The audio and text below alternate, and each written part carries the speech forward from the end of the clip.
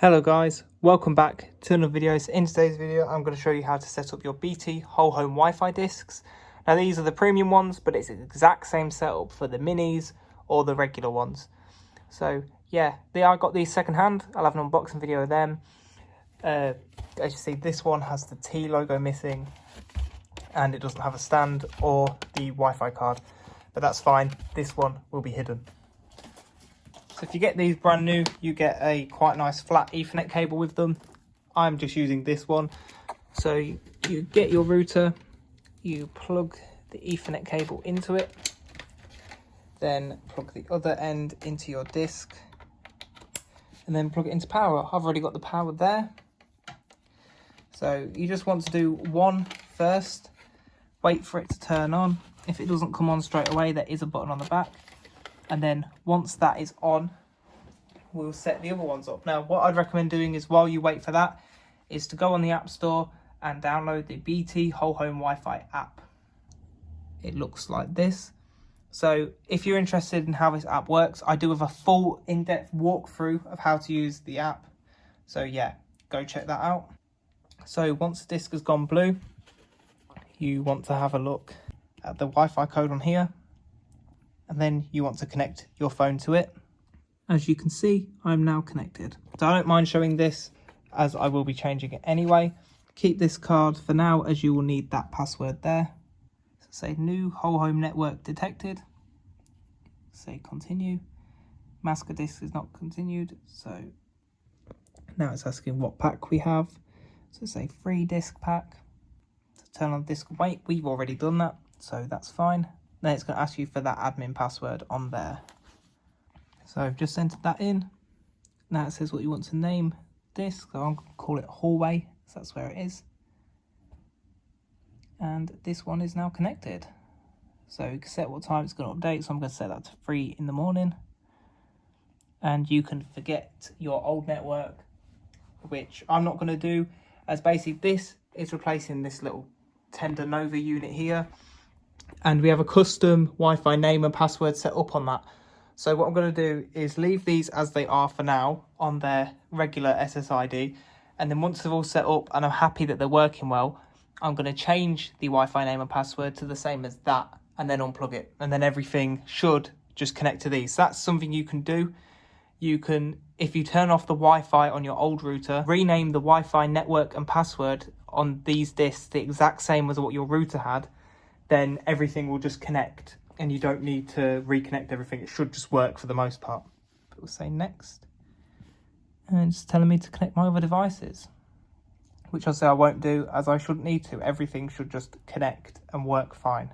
So see, we've got 2 devices connected, my phone and then the watch. So now we're going to start adding the other discs.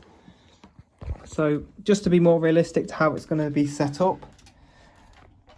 Now, a good thing to mention actually is having your Wi-Fi router higher is set up. So we'll have a better signal in around the house by having it on here than we would if they were sat on the floor. So obviously there's an extension lead in here and it pokes out the back. So once these are all set up, I'm going to put it where that one is and the cables come out the back. But for now, it's okay to sit there. So I'm going to take this one upstairs. It's going to be hidden. And now what I'm hoping is there's a bedroom above here, up there. There's a bedroom there. I'm going to put this one on the floor in that bedroom. I plan to put one there. They will just pick which one's better to use. And it will tell you when we set it up if it's a good location. So here is a location. It's going to sit in between this unit and the bed. So we'll plug that in here. And we're going to wait for it to turn on. You go to settings and then click add another disk, plug in the disk. So it does tell you here, if you have some premium ones, they have to all be premium. You can't mix and match them. So say okay. Next, I'm going to hold the WUPS button on the back, well on the side more like, for it to find the other one. And see now it's gone green and then it should hopefully pick up the signal from the other one. So I'll click next on here and it says it's trying to detect the new disk. So it now says disk found.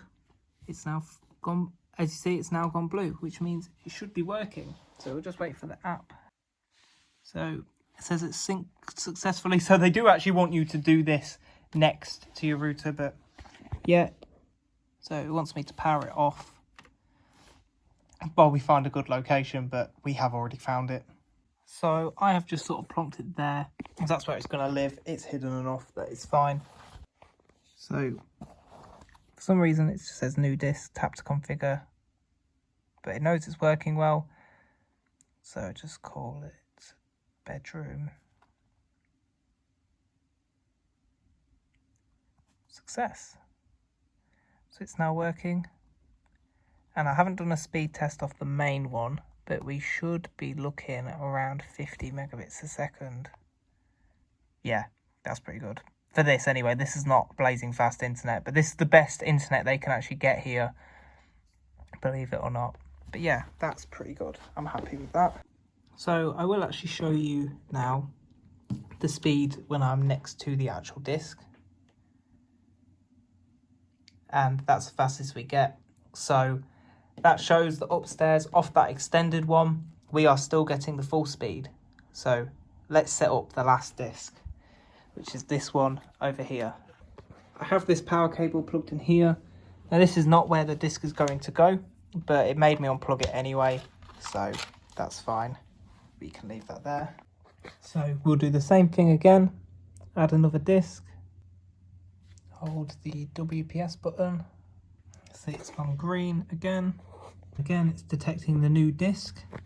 So this one, it was taking ages. I refreshed the app. Now it just says new disk. So configure, call it. So now let's move it. So this is actually still telling me that I could try and move it further away, but it's fine, we'll leave it here. We're connected to that one. We'll try another speed test. So yeah, as you can see, we're doing really well on that actually. So this is the room that's always been the worst for signal. Not sure why, but now we're finally have good signal in here. There's no reason it shouldn't work, because it has three to choose from. There's this one in here, but if that one stops working, the bedroom above has got one in, and then if for whatever reason that one doesn't work, there's obviously the main one in the hallway, which doesn't seem far, but for some reason the walls here are enough that the signal isn't very good. But that should work fine. So that's much better than it was before. So we have a look at so if you go to settings, look at the network map. You can see on there that there's the hallway one, then the bedroom connects to that, and then this one connects to the bedroom. So if you're connected to this one, you're going through another, so this connects to the one upstairs and that one connects to the one down there, and we still get full speed. That's how good these things are. So yeah, thank you guys for watching. Hope you guys enjoyed this video. Hope you guys come back for the next one. Bye.